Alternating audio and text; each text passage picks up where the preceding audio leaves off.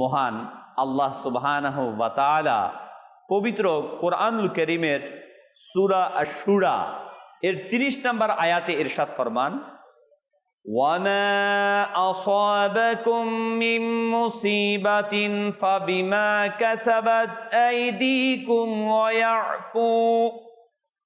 ওয়া ইয়াফু আন কাসীর। এবং তোমাদের যে মুসিবতগুলো স্পর্শ করেছে তা তো তারই কারণে যা তোমাদের হাতগুলো উপার্জন করেছে, এবং বহু কিছু তিনি ক্ষমা করে দেন।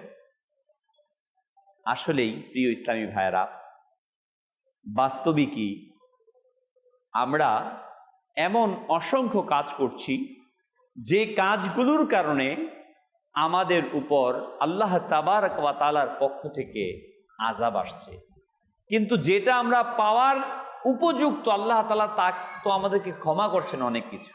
কারণ দেখুন তো, একটু চিন্তা করে আমরা আমাদের জীবনের রিপোর্টগুলোকে যদি আমরা উল্টাই, আমাদের ডায়েরির পাতাকে যদি উল্টাই, তাহলে দেখুন তো আমাদের স্মৃতির মাঝে কত অন্যায়, অবিচার, অপরাধ দিনের আলোয় রাতের আধারে, প্রকাশ্যে অপ্রকাশ্যে, লুকিয়ে লুকিয়ে, মানুষকে জানিয়ে না জানিয়ে আমরা অনবরত আল্লাহ তাআলার অসংখ্য নাফরমানি করেই চলেছি।